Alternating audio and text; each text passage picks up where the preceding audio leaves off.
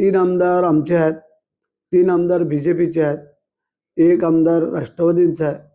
आजच्या स्थितीला पाहिलं तर 59 सीट आहेत. मग 59चे जर बेरीज करायची झाली तर आमचे 7 आमदार त्याची बेरीज करून जे काय 3 सीट जास्त उरत आहेत त्याचा काय विचार करायचा. परंतु हा आदेश, हा निर्देश जसं वरून येईल म्हणजे प्रत्येकाला वाटतं की आपापल्या आमदारकीच्या क्षेत्रातले आपले सदस्य निवडून यावेत.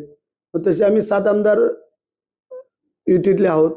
मग त्या युतीतल्या आमदारांना जर प्रत्येकालाच वाटत असेल तर मग हा फॉर्म्युला होऊ शकतो 8चा, काय 8×7=56 आणि प्लस 3 आहेत एक्स्ट्रा. त्याचं बघता येईल, काय करता येईल. परंतु आजची जी वस्तुस्थिती आहे ती अशी आहे, 3-3-1 असं आमचं संख्याबळ आहे. विरोधक एकही आमदार नसल्यामुळे आम्हाला काही तशी अडचण वाटत नाही.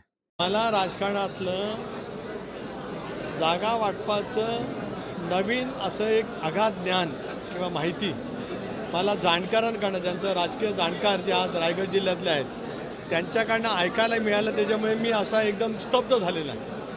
कारण मला असलं गणित जागा वाटपाचं इतके भागिले इतके त्याला वरती इतके असलं कधी मला 40 वर्षात माहिती नसल्यामुळे मी अनभिज्ञ आहे. त्याच्यामुळे मी माफी व्यक्त करतो की मला हे सगळं माझ्या अकलेच्या डोक्याच्या सगळं पलीकडचं आहे. त्याच्यामुळे मी अभ्यास करीन हे कसं कसं होत असतं, कसं जागा वाटप करायचं, त्याचं सूत्र काय असतं.